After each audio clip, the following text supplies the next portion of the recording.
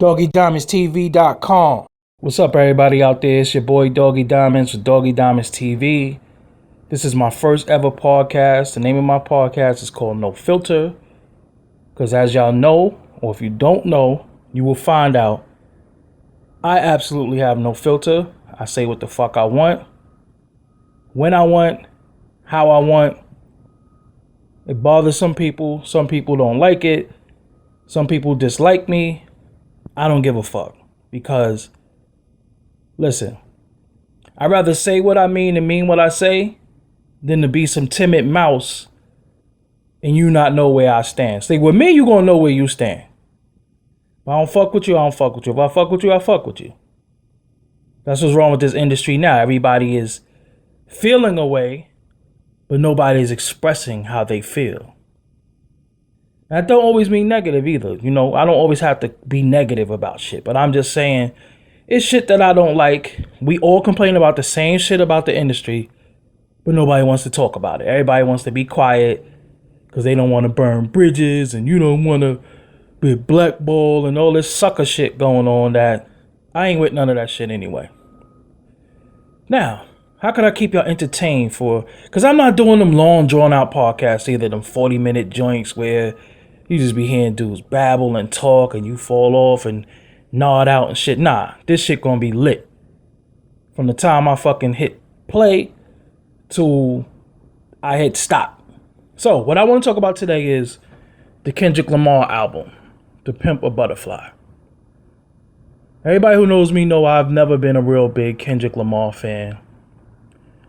I accused him of sounding like Bahamadia. I accused him of, I don't like his haircut. I don't like his voice. I even accused him of sounding like a fake outcast. I still stand by all that, But let me say this, the kid can rap. For those who like that type of shit, it just ain't for me. And it's not in comparison with nobody. See, when we listen to hip hop, we always keep thinking that, oh, but it's better than this, it's better. I'm not comparing it to anything. I'm letting it stand on its own. And that type of music is not for me. That's not what I want to hear. Maybe at the stages of my life right now, that's not what I want to hear.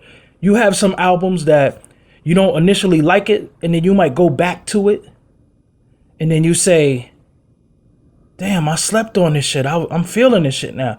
And then you got shit that you listen to and you go back to it and you say, man, this shit was overrated as fuck because you was caught up in the hype, caught up in the everybody else loving some shit. And then you just step out of the moment and you listen back and be like, yo, man, this shit trash. So I hope the kid goes on to sell gazillion records, 40 million, whatever. Even though record sales is not that high no more, but I hope he goes on to sell a lot of records. I wish him the most success, but I don't like it. I don't understand the title. And sometimes sometimes people explain shit to you. And I still don't know what the fuck you're talking about because it really don't make no sense. And just because somebody explains some shit to you and they got their logic, that don't mean that I'm going to be like, oh, I get it now, because that's like dick riding. So you got people who love him. For those who love Kendrick Lamar, he made an album for y'all. For me, it's not what I like. The word conscious get thrown around a lot.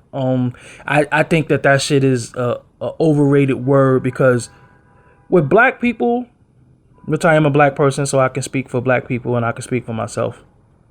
Black people are always looking for a savior. So anytime we get any glimpse of anything that look like it's for us, we just go crazy. You got the Dame Dash interview, which we'll talk about in another podcast. But anytime black people hear something that sounds like something that's in relation to their life and how they want to live, all them how's that shit pronounced? Mimi or meme? What the fuck? I don't know how that shit is pronounced, but those shits.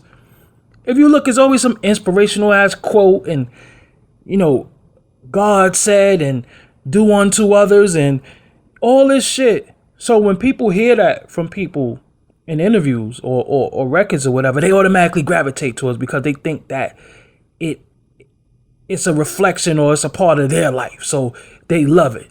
We always looking for a fucking savior when your savior is you. Now, I like to be inspired by shit. So if you want to tell me that Kendrick Lamar is not inspired by Outkast, you're full of shit. Because I hear Outkast DNA pause all over his album. You know, I hear the Parliament, which he has George Clinton on there also. I hear the Parliament influence. And you know, all of that is in the same vein, and that's cool. Again, it's not for me. You know, that's not what I want to hear. And I don't want him to make music for me either. I want him to make music for y'all because y'all are his fans. So as somebody who's not a fan, I almost don't even have the right to really criticize because I don't fuck with it. You know what I'm saying? Now, I listen to shit to just see if, you know, if I'm bugging, you know, or if the shit changed or if it got better. So sometimes I listen to stuff. But I be like, damn, why everybody love this shit, man? And I'm going to tell y'all something. The secret to me is this.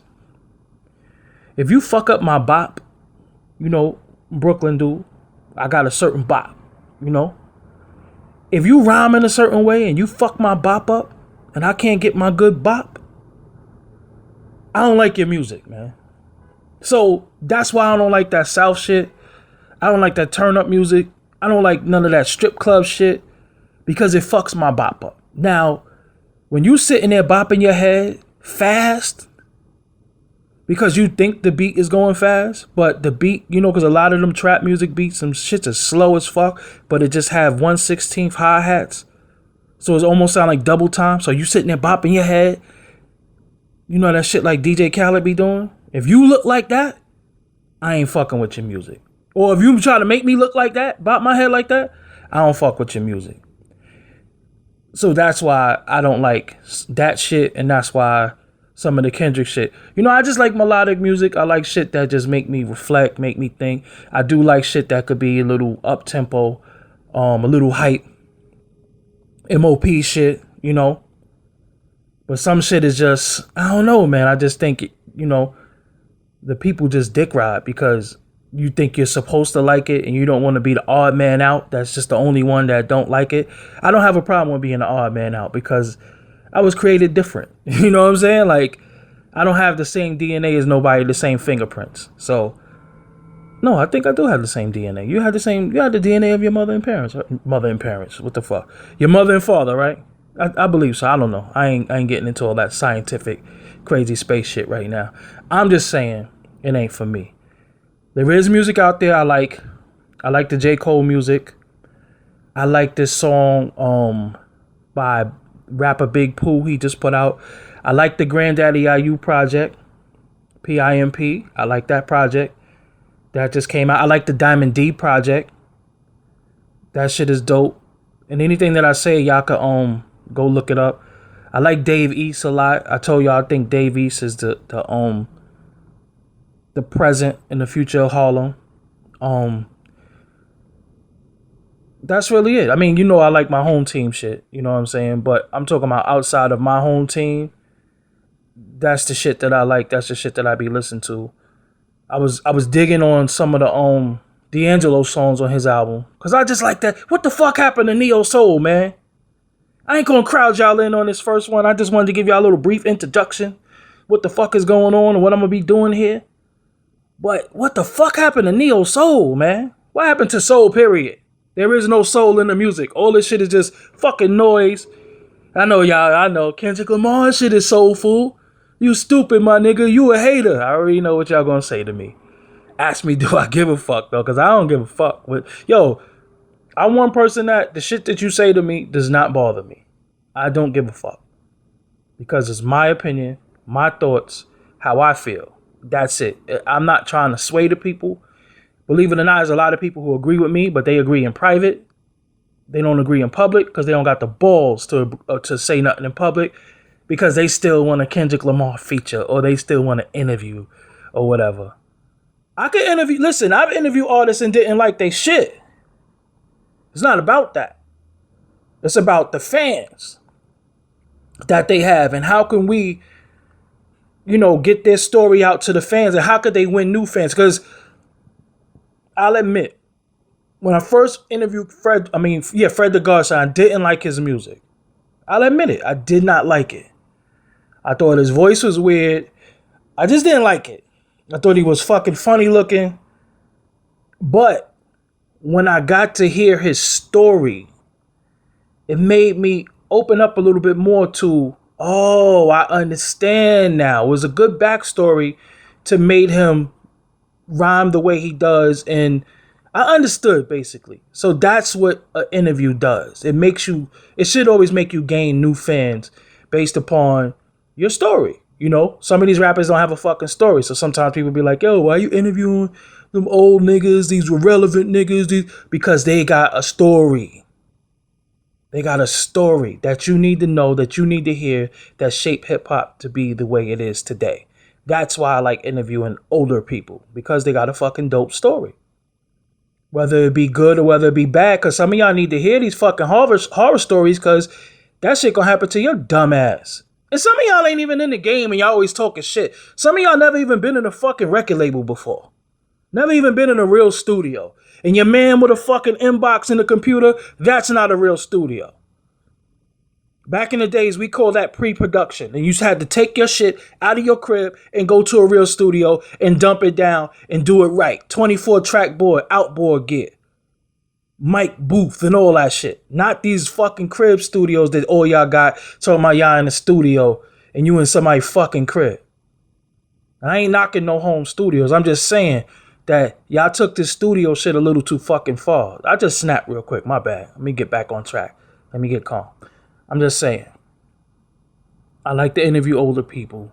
And I got verbal ADD sometimes. So y'all gonna have to forgive me. Sometimes I could be talking about one thing and I just jump to another one because that's how my mind works. You know. I like to interview older artists because they give us the stories of hip hop. And we learn shit as a community. We start getting shit. You know, that's what the magazines used to be. That's what you used to get the source for. And you start finding out shit you didn't know. You get Double XL, you find out shit you didn't know. Remember Blaze magazine, King magazine, Vibe magazine. I said Double XL? I think I did.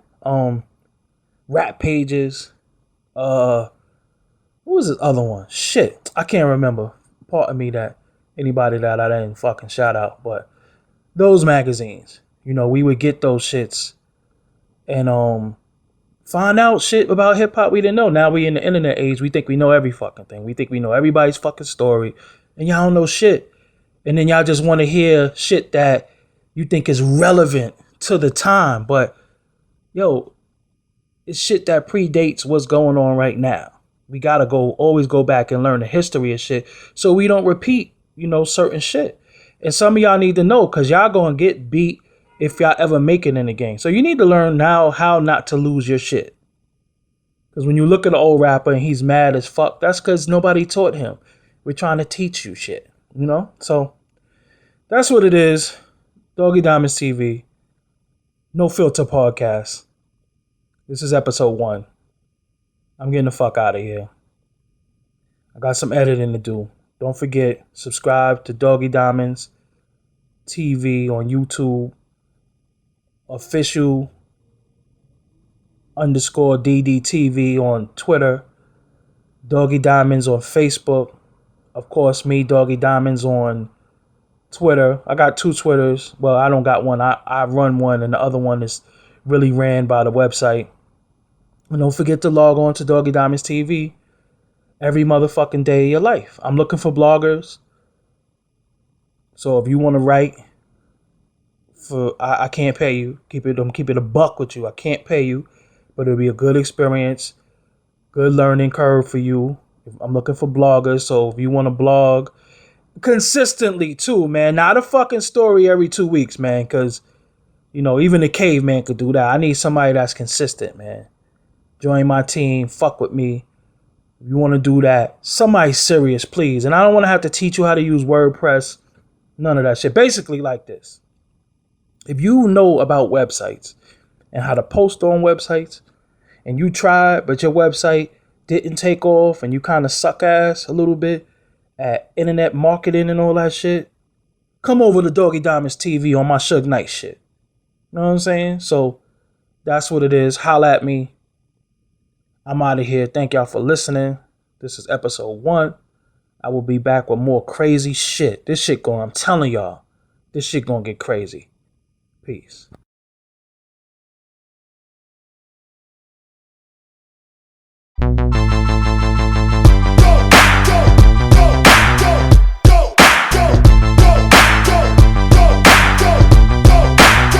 DoggieDiamondsTV.com